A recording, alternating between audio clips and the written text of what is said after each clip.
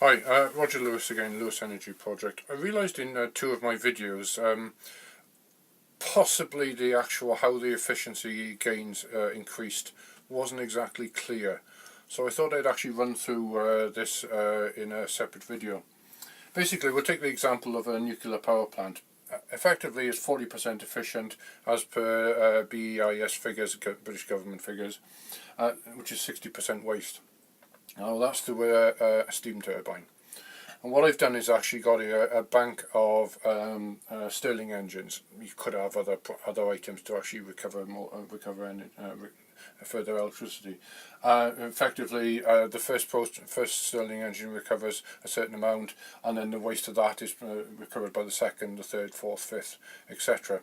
Now, ultimately, the system efficiency is dependent on what point the actual steam returns to water, which is actually drop down and actually go back into the system.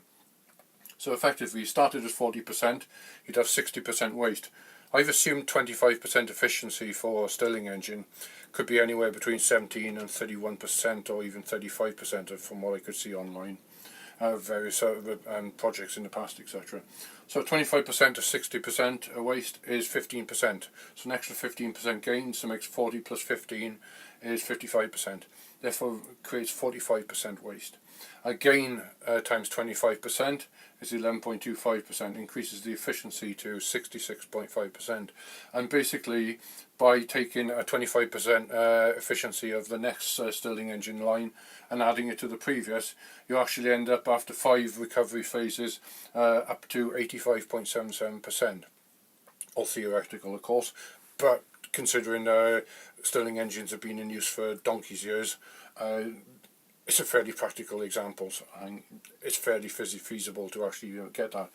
I took the example also of a combined cycle gas turbine, where effectively using the same procedure, using again here 5 banks of Stirling engines, you actually increase the efficiency from 49% up to 80, well let's call it here 87.9%, 88% efficiency. Like I said previously, you could use that for an extra 80% going onto the national grid, or you could actually use it for gaining hydrogen via electrolysis, which you can actually store for powering the grid at a later date. Or you could provide it for hydrogen cars, or as in the last video, you could actually use it for agriculture. Instead of actually moving large quantities of stock from the developing world to the developed world, you could actually use the electricity to use intensive farming, smart farming techniques, perhaps insect farming, poultry farming, etc.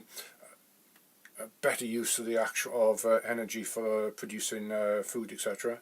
And then the actual land where the actual produce was originally coming from could actually be used for feeding the people of that region, instead of actually sending it all the way around the world for our convenience.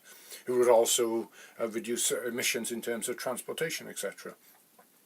So basically, like I said, instead of actually having 40%, 35%, 40% and 49%, you could actually have 85.8% or 87.9%.